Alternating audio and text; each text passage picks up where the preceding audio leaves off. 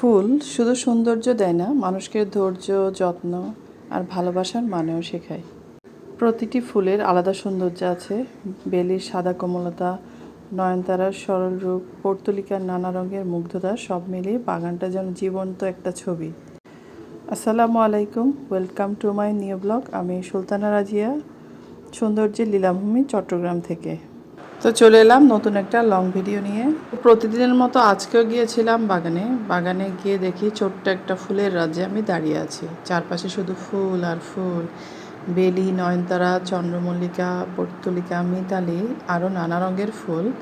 তো প্রতিটা গাছ যেন নিজের মতো করে হাসছে।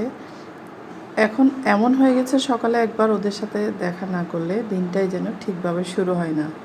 তাই নাস্তা করেই চলে গেলাম প্রতিদিনের মতো আজকেও পানি দেওয়ার জন্য, এবং পানি দেওয়ার কাজটা সেরে নিলাম। তারপর কিছুক্ষণ দাঁড়িয়ে ওদের দেখি, উপভোগ করি রঙের মেলা আর প্রকৃতির এই শান্ত সৌন্দর্য। প্রতিটি ফুলের আলাদা একটা সৌন্দর্য আছে।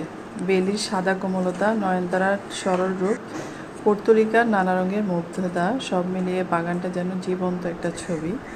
আর সবচেয়ে অবাক করেছে চন্দ্রমল্লিকা। এটা সাধারণত শীতের ফুল, কিন্তু এখনও ফুটে আছে। মনে হয় প্রকৃতি মাঝে মাঝে নিজের নিয়ম ভেঙেও আনন্দ দিতে জানে। এই যে আমার এত চন্দ্রমল্লিকা, শীতকাল চলে গেছে, এখনও চন্দ্রমল্লিকা ফুটছে। তো ভালো লাগে ফুল দেখে, নতুন নতুন ফুল। তো আমি একটা জিনিস বুঝেছি, ফুল দেখতে হলে অপেক্ষা করতে হয়। আজ বীজ বা ঢাল লাগালে কাল ফুল পাওয়া যায় না। নিয়মিত পানি দিতে হয়, মাটি ঠিক রাখতে হয়, আগাছা পরিষ্কার করতে হয়, রোগবালাই থেকে রক্ষা করতে হয়। তবেই একদিন ছোট্ট কুড়ি আসে, তারপর ধীরে ধীরে ফুল ফুটে। জীবনের মতোই যা সুন্দর তা পেতে সময় লাগে। মাঝে মাঝে মনে হয় এই গাছগুলো শুধু গাছ না, আমার আপন কেউ। আমি যখন ওদের যত্ন করি, ওরাও যেন তাদের সৌন্দর্য দিয়ে আমার মন ভালো করে দেয়। মন খারাপ থাকলেও কয়েক মিনিট বাগানে দাঁড়ালে মন শান্ত হয়ে যায়। এ এক অন্যরকম বন্ধন, নিঃশব্দ কিন্তু গভীর। এখানে দেখতে পাচ্ছেন অনেকগুলো বেলি ফুল ফুটেছে। এই ফুলগুলো আজকেই ফুটেছে। তো প্রতিদিন এভাবেই ফুটছে। তো প্রতিদিন একটা দুটো করে ফুটতে ফুটতে ফুলের সংখ্যা বাড়ছে। এখন আজকে অনেকগুলো ফুটেছে, আজকে একসাথে 4-5টা ফুটেছে। দেখতে খুবই সুন্দর লাগছে। আমি কিছুক্ষণ দাঁড়িয়ে এর স্মেলটা নিলাম। এত বেলি ফুলের স্মেলটা কিন্তু দারুণ। যারা এই ফুল পছন্দ করে তারাই জানে। তো আর কিছুদিন পর জুলাই আগস্ট মাসে ফুটবে ড্রাগনের ফুল। তো এখন থেকে প্রস্তুতি নিতে হবে ফুল দেখার জন্য। ঢালের আগা ছোট করে ছেটে দিতে হবে। তো আজকে এখান থেকে গিয়ে আমি, পাশেই আছে আমার ড্রাগন ফলের বাগান, তো আমি আজকে কেটে দিচ্ছি যাতে ভালোভাবে পরিপক্ক হয়, ডালগুলো শক্ত হয় এবং সব ডালে ফুল আসে।